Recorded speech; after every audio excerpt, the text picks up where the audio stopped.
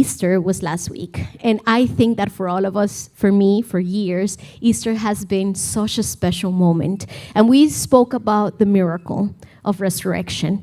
The miracle that today we think about it and we say, is it even possible? Is it even possible for this to happen again? But miracles keep on happening and happening. Actually, yesterday, because of the amount of weddings, I couldn't attend a baby shower of a friend that is having twins. And she was battling, she couldn't have babies, or she was battling infertility for 4 years. And they tried and they tried and they prayed. And I just love, like yesterday I messaged her, now she knew I wasn't gonna go. And I messaged her and I just told her, just be present. Because today you're celebrating your baby shower. But for years, we prayed together, we believed together. And today you're enjoying your miracle. And why am I sharing this? Because miracles are happening every day.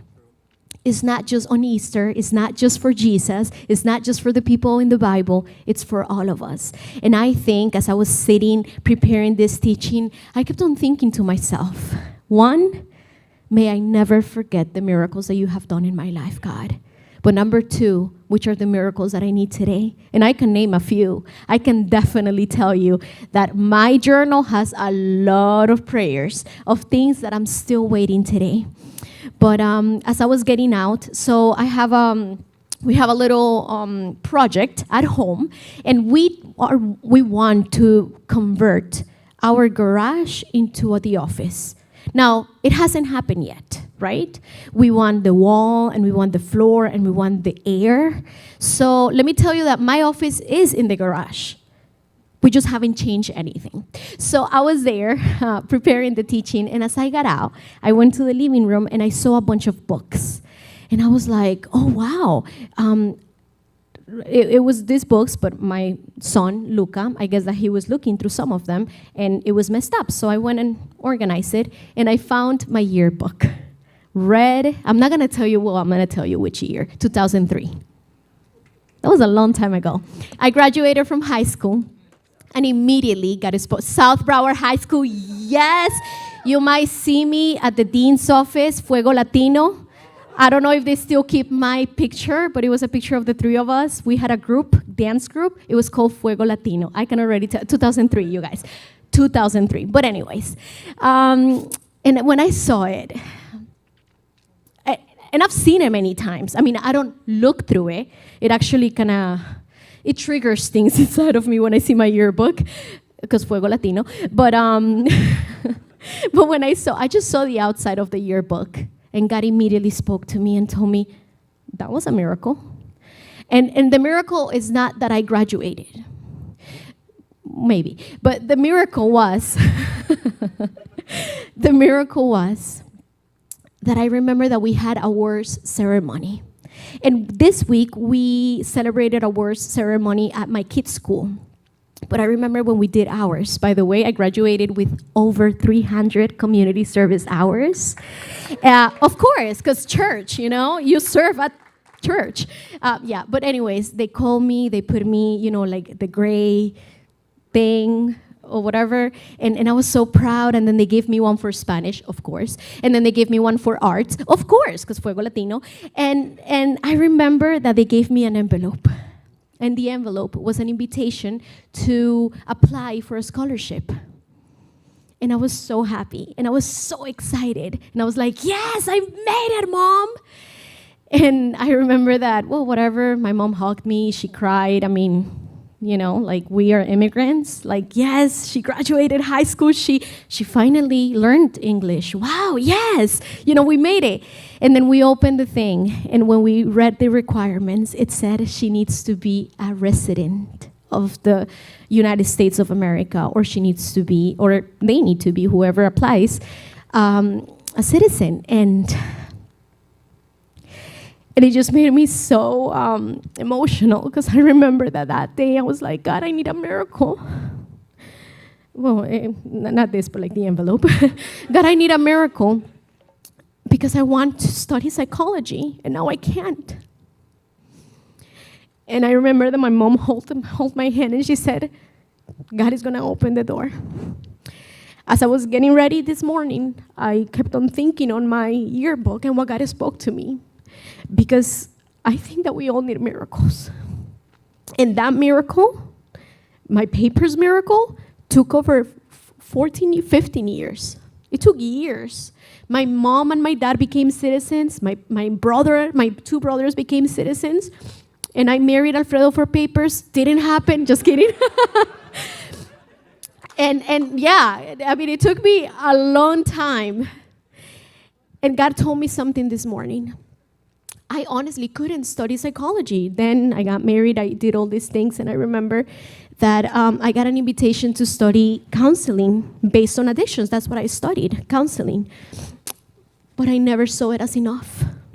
I always thought counseling, no, psychologist. But can I tell you that what I do daily today is counsel people? Can I tell you that what I wanted in my heart was to be able to accompany people in their journey, and that's what I get to do? And sometimes your miracles show in different ways. You don't need the big things. You know, I was thinking, like my friends, I'm gonna apply to this scholarship and we're gonna go to FIU, you and me together. My friends went, I didn't. But can I tell you that I look back at my life today and I'm just so happy for what God has done. I'm so pleased with what God has done. Didn't graduate. I didn't graduate as a psychologist, but I studied counseling. I studied theology, and today I'm here, and I'm able to share with you. Just to tell you that miracles are still happening. Sometimes they take a little longer. Sometimes you gotta wait, and you say, well, why is the wait? Today, almost 16 years married with 2 kids in this church, I say, it was worth it. The wait was worth it because God had to work on me. And in the Bible, there is so many people that God worked with them. And after the wait and after the craziness, you see their lives today. We preach about these people. We share their stories and we say, wow, it was so crazy what they did. Oh, but you were not the one waiting. You were not the one going through the things. And, you know, when it comes to miracles, I have lived miracles myself, and I know that you guys can say, maybe you don't remember, and I hope that today, as you leave, you can start remembering those miracles. Those times where you knew God was there taking care of you, and without Him and without that miracle, you wouldn't be where you are, or your family member wouldn't be where they are today without that miracle. Maybe you are carrying a miracle. Maybe you are driving a miracle. God has done it, and He has opened the door. But what is a miracle? A miracle is a surprising and welcome event that it's not explicable. It's impossible to explain it by natural or scientific laws, and is therefore considered to be the work of a divine agency. And I love that. It is considered be the work of a divine agency because it's impossible for people. And these miracles didn't just happen for Jesus. They happened to us. They can happen to us. And in the Bible, we're going to talk about 3 different miracles, or more than miracles, because maybe we see it and we're like, those are not miracles. That is pain. But in between that pain, in between those hidden moments, in between those silent days, there was actually a miracle. And I don't know how many of you guys know the Lazarus story, but it's a story that I'm passionate about. Not because of Lazarus, but because of his sisters. Because I identify so much with his sisters. One, I want to be like them. The other one, I'm her, which is Martha, the one that never wants to stop and has to learn. Yeah. So it says, Jesus raises Lazarus from the dead. And if you guys can read it on the screens, Jesus, once more deeply moved, came to the tomb. It was a cave with a stone laid across the entrance. And then Jesus said, take away the stone. And I love this part because in the Bible, in different versions, it says that Jesus wept. Jesus cried when this moment happened because Lazarus was his friend. And I love that because Jesus had friends just like we need friends. And the Bible says that he hurt him. It hurt him because Martha and Mary kept on calling him like, Jesus, my brother is sick. My brother is died. My brother died. Can you please come? And Jesus shows up 4 days after. So imagine the whole picture. I love to imagine things. I put my little movies. Sometimes it doesn't help. But, I put movies in my head. So I imagine Jesus, getting there. He was deeply moved. There is other versions that says that he was hurt. He was in pain. And he said, he came to the tomb and he said, it was a cave with a stone laid. He said, take away the stone. And then he said, and his sisters, Martha, the sister of the dead man, says, but by this time there is a bad odor, for he has been there for 4 days. How many of you guys have left food in your car for one night? Yeah? Cheesecake Factory, pasta, it happened to me. And I don't know how many of you guys leave food and you want to eat it the next day, because that's why you kept it. I get excited with food. And if I like it and I cut half because I want to take it home, it's because I want to watch a movie and I want to put it in the air fryer. And whenever I want to, I just want to take it out. Nobody talks to me. Nobody calls me. I'm going to watch my movie and eat my leftovers. Well, one time I remember we got in the car and everybody was checking their shoes. Like, did anybody step on Gucci's number 2? Gucci's my dog. And it was just this big smell. Alfredo took the kids to the school, came back, same smell, same. Listen, throughout the whole day, until the afternoon that I remembered, I left the food under, so that the sun wouldn't catch it, I left it under the chair. You guys, the smell. It was only one day, okay? A few hours. This was 4 days.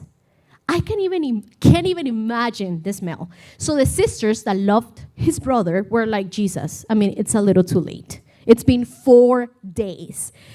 And in verse 40, Jesus said, didn't I tell you that if you believe, you will see the glory of God? 41, so they took away the stone. Then Jesus looked up and said, Father, I thank you that you have heard me. I know that you always hear me, but I said this for the benefit of the people standing here, that they might believe that you sent me. And when he said this, it was just Jesus having a conversation with God. Jesus called it in a loud voice, Lazarus, come out. And the dead man came out, his hands and feet wrapped with strips of linen and a cloth around his face. And Jesus said to them, take off the grave clothes and let him go. I love that part because it's realistic. He was a mummy. He was dead. So I'm sure that he came out just like me this morning. What day is today? Why is it at 7 a.m.? What's going on? He just got up, I'm sure, and he was like, what is going on? And God says, because he had a bunch of linen, he says, take it off. Wake up and go. And this miracle has 4 parts. Number 1, it was obviously Lazarus' resurrection. He was dead, he came alive. Number 2, it was the removal of the stone. He told them, take out the stone. Number 3, Lazarus exit out of the cave. He said, Lazarus, come out. Not, can you guys help out the dead man that is not dead anymore, but he's alive? Can you please take him out? It wasn't even Jesus going in like, Lazarus, I'm sorry it took so long. No, Lazarus, come out. And the last one, it was the removal of the grave, the clothes that he had, the mummy outfit that he had. And, in life, we go through situations where we feel like Lazarus, where we feel like things are dead already. God smells way too bad in there. I don't even want to go back into that situation. I don't even want to revisit that conversation because it's been too painful. I'm done, it's dead, and it smells bad. And I love how Jesus, with his patience, with his love, but also with his authority, said, hold on, Lazarus, you need to come out. The cave was Lazarus' place to see the power of Jesus.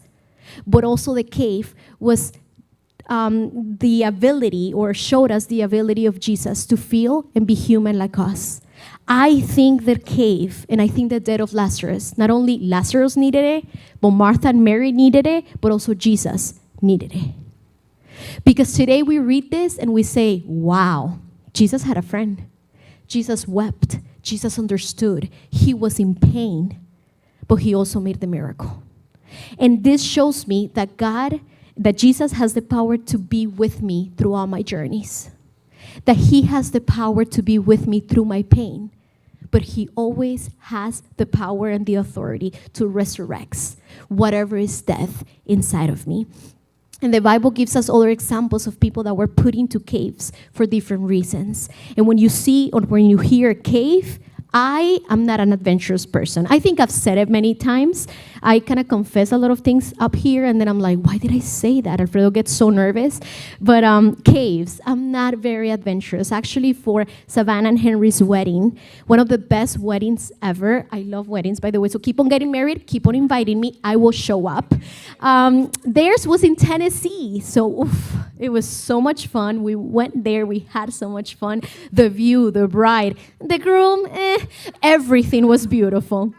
But let me tell you that the next day, obviously, they left because they got married. They just left. Let's put it that way. We stayed, and the next day, we went to, I don't know, like to do this exploring, adventurous thing, okay? Let me tell you that I had boots on. The long ones with leather, okay? I had my leather jacket, and I had a hat, a round hat, because I wanted nice pictures for the aesthetic.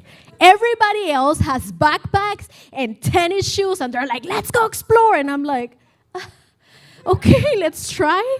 And all these people are going crazy. I remember Adrian was with us. I don't know if you're here. I don't know where you are. But let me tell you that Adrian was with his baby. And he was just putting her in these places. And I'm like, he's going to die. Oh, my God. And everybody's just catching rocks and going on top of things and under things. And I'm just like, that's not me. I was just there like, can you take a picture and get the light? But anyways, when I picture cave, I don't picture miracles. When I picture and I say cave, I get scared and I'm like, this is not protection for me. But when you go back into the definition of cave, obviously it has like this scientific definition, but it also tells you that it can protect you, that it can help you because it's a shelter. Not for me. For me, a cave is like it smells. What is a murciélago? A bat can come. A bear can come. And all the animals go inside the caves to do their number twos. I don't want to be there. But can I tell you that in the Bible, there is so many people that went into caves and got out better. So many people that were put into caves and came alive, like Lazarus. And in this case, it was the prophet Elijah. And this story, one day I hope I can share it with you guys because this guy has taught me so much about fear of men, and also spiritual powers that come into you. But I'm just going to read really quick. This guy, he had fought a bunch of prophets or a bunch of idols or these people that were against God. This guy was in the high of successfulness that a prophet can have, if there is such a thing. But he was just successful. He was the epitome of the best prophet award goes to Elijah. But how many of you know that after a very happy moment and this excitement and this oxytocin and there is always a going down, right? Of like, what's going on? That's what happened to him. The wife of the king actually comes to him. You guys have heard her, Jezebel. And she says, I don't know, if they call you Jezebel, ask yourself, why are you calling me that way? Because this lady was mean, bad, nasty, crazy. So if a guy calls you, you're such a Jezebel, speak to him. There needs to be some deliverance. But anyways, this girl comes, lady, and she tells him that she's going to kill him. And after he has killed a bunch of people, he gets so scared that he goes into a cave. He didn't care about the animals, number two. He didn't care if a bat will come. He didn't care if it was going to be cold or hot. He just went in because he thought that the cave would be the best thing for him in the process that he was going to go to because he was scared. 1 Kings 19:9-11 says there he went into a cave and spent the night. And the word of the Lord came to him. What are you doing here, Elijah? This was God speaking to him. He replied, I have been very zealous for the Lord God Almighty. The Israelites have rejected your covenant, turned down your altars, and put your prophets to death with the sword. And I am the only one left. And now they are trying to kill me too. But the Lord said, go out and stand on the mountain in the presence of the Lord. And the Lord is about to pass by. And then it happens, the Lord's presence, just fills him and he's able to get out. He had to spend the night in the cave. And it's so crazy because God could have, as soon as he was walking inside the cave, could have said, Elijah, what are you doing? Get out. Or 4 days could have passed, or a whole week could have passed, and then God will have come and said, Elijah, get out. But God allowed him to be there for 1 day. He allowed him to experience, to process, to meditate, to even befriend fear and say, you're human. I know that you have killed many. I know that you have done it, but you're still human. And if you are fearful, I get you, but I'm here with you.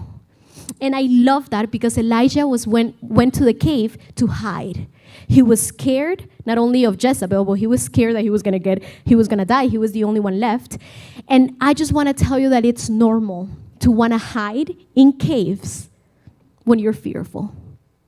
It's normal that if you're going through a situation that you just want to put your blinds off and deactivate your Instagram and stop talking to people. And how many of you guys you start unfollowing people? It's like, I'm going to go to my cave. And you Gen Zs get me. I'm going to stop following this person.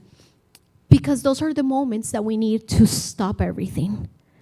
And just because that's happening, it doesn't mean that your life has stopped. Just because you made decisions where you just want to cave in, it doesn't mean that God is not there with you. Because we tend to think that if we're not doing the thing and we're not showing up and people are not looking at us, then there is something wrong with us. But I love Elijah's normality as a human being. I need to be alone. And God allowed him. He allowed him. And then there is another example. And it's the example of David's cave. David, the one that you guys know that when I go to heaven, I'm going to go be like, hey, David. David, in the Bible, he went into a cave as well. And 1 Samuel 22:1-2 says that David left Gath and escaped to the cave of Adullam. When his brothers and his father's household heard about it, they went down to him there. All those who were in distress or in debt or disconnected gathered around him, and he became their commander. About 400 men were there with him. He was there for months. They were going to kill him too. Actually, the king was looking for him to be killed. I've seen it on Superbook. All the teachers, community kids teachers, Superbook. Guys, I have it here, okay? Because Superbook shows it in such an amazing way. How David was there and he goes inside the cave. He's super scared, but then people start joining. And maybe going into the cave means that you're alone, that there is no purpose in the cave, that there is no miracles that can happen because nobody's there to pray for you, because there is nobody there to be the cheerleader. But let me tell you that David decided to go into the cave by himself. And there was a miracle. Lazarus was resurrected. Elijah was able to see God's presence like never before. And David, the Bible says that in there, his family went in.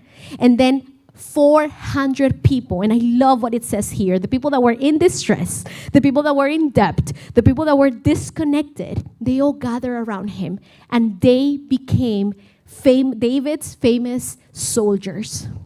Superbook shows that they start like sharing their ideas and sharing their experiences, and they start learning how to fight and all these things. inside the cave. Can I tell you that after this experience that David had, he became the king of Israel? But he had to go into a cave.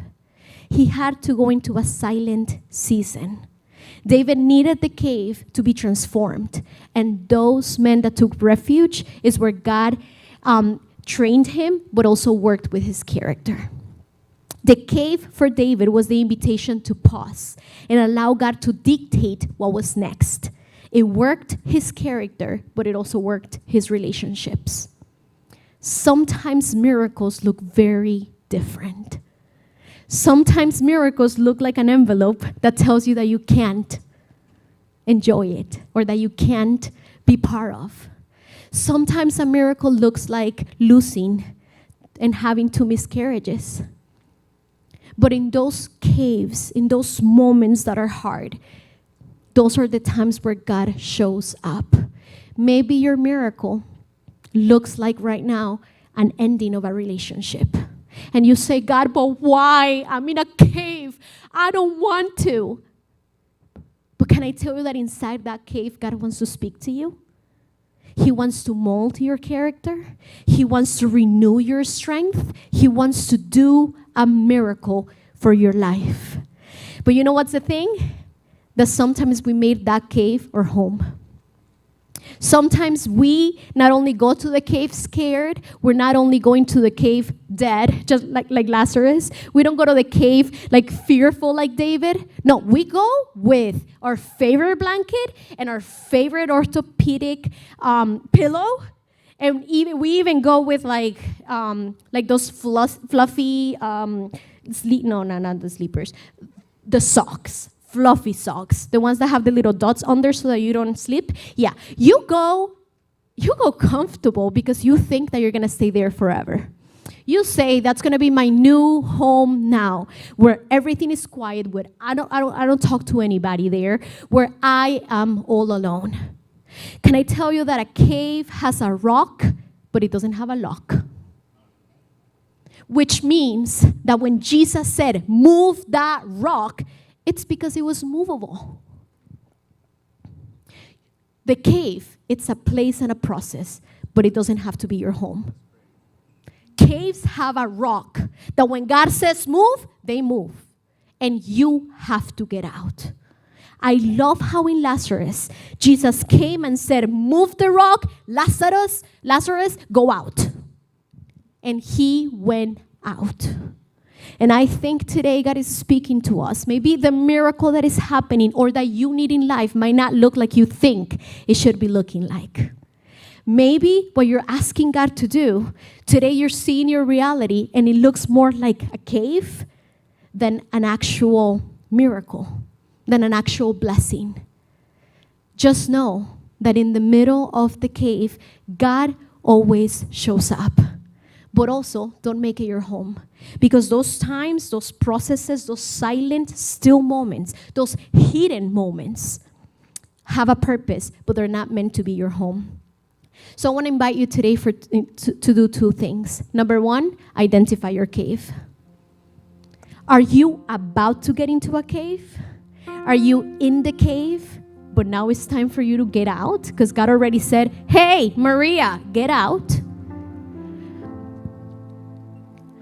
Or is it your time to be inside the cave and be still and just trust, just like the song that we were singing before?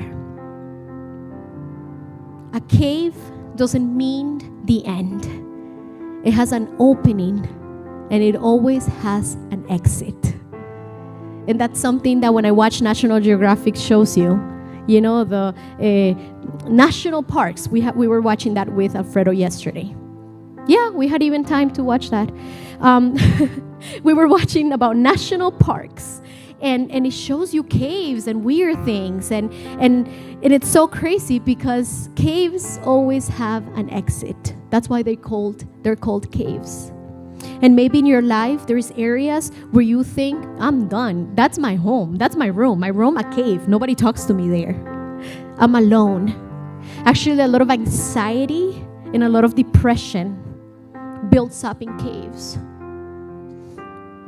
But can can I tell you that God wants to move that rock and remind you that maybe it's not your time to get out. Maybe you need to be still a little bit more to learn more, to work on your character. But maybe the rock is moving because Jesus is telling you to get out today.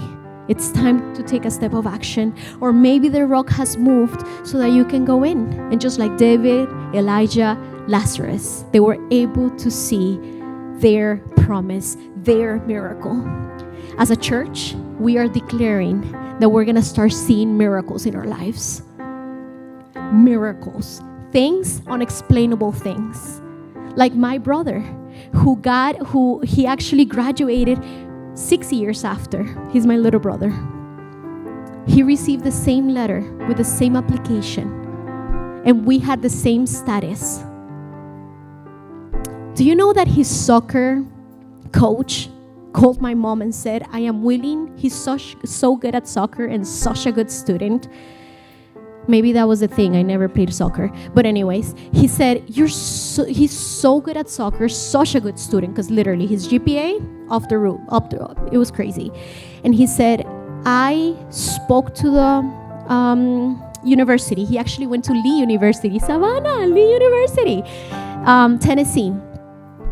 You know that he said that he was going to pay for his housing?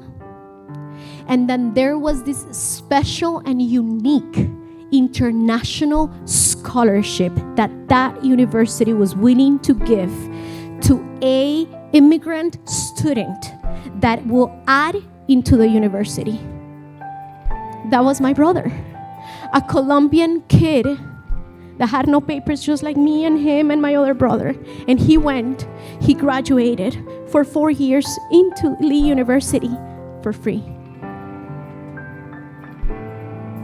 My miracle didn't look like his, but I can tell you that I'm walking in miracles. He walks in miracles. And maybe you look to your side and you say, but I wish it could be mine, that one.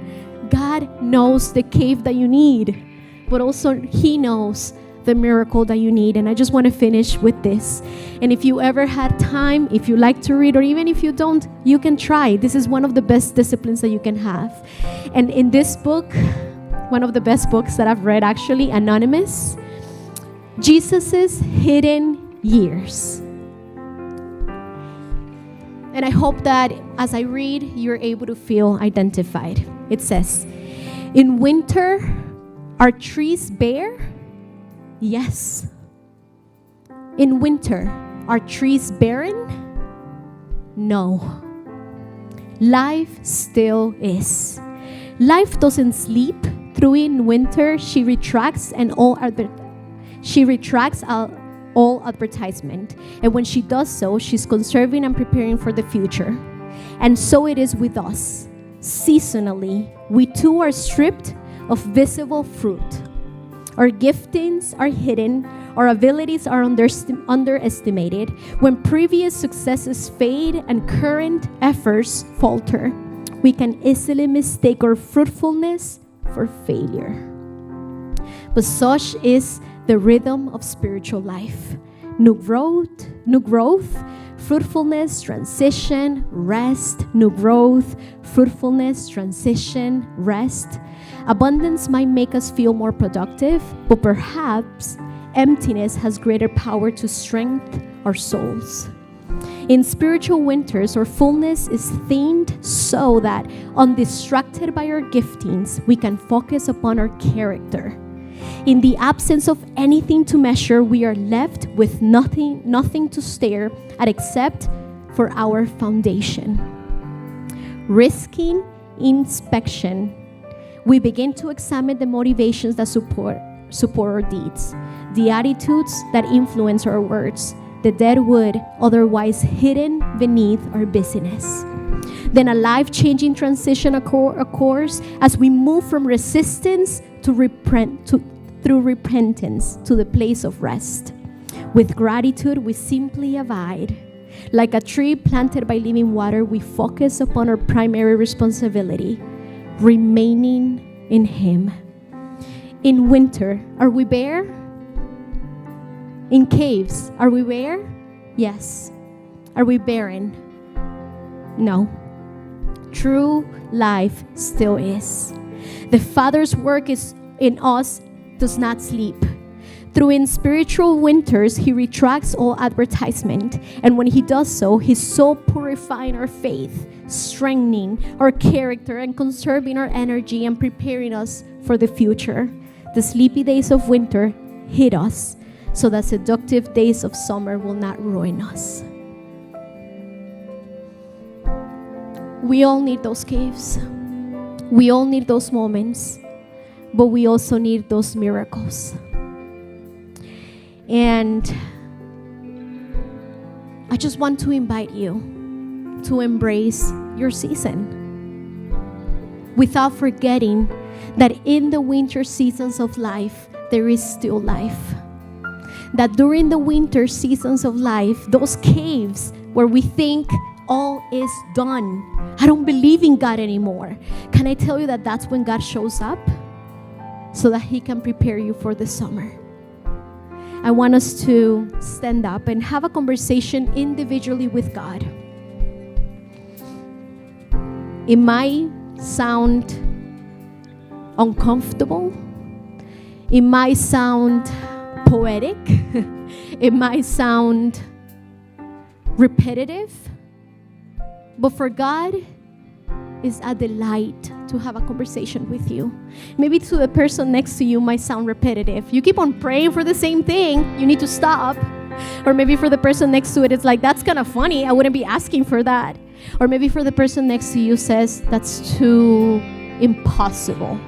But for God, it's a pleasure to have a conversation with us. It's never too dumb. It's never too crazy. It's never too annoying. It's never too distracting. It's never too repetitive.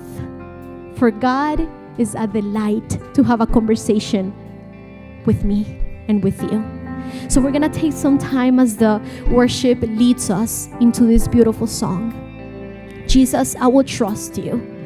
And I want you to be able to have a conversation with your God, forgetting and quite literally shutting down those voices that keep on telling you that's too much, don't pray for that, don't believe that. Just have a conversation with God, an honest one. And as you speak to him individually, he's going to meet you there, just like Jesus met Lazarus, just like God made he saw Elijah, he met Elijah, and just like God saw and met David, he wants to meet you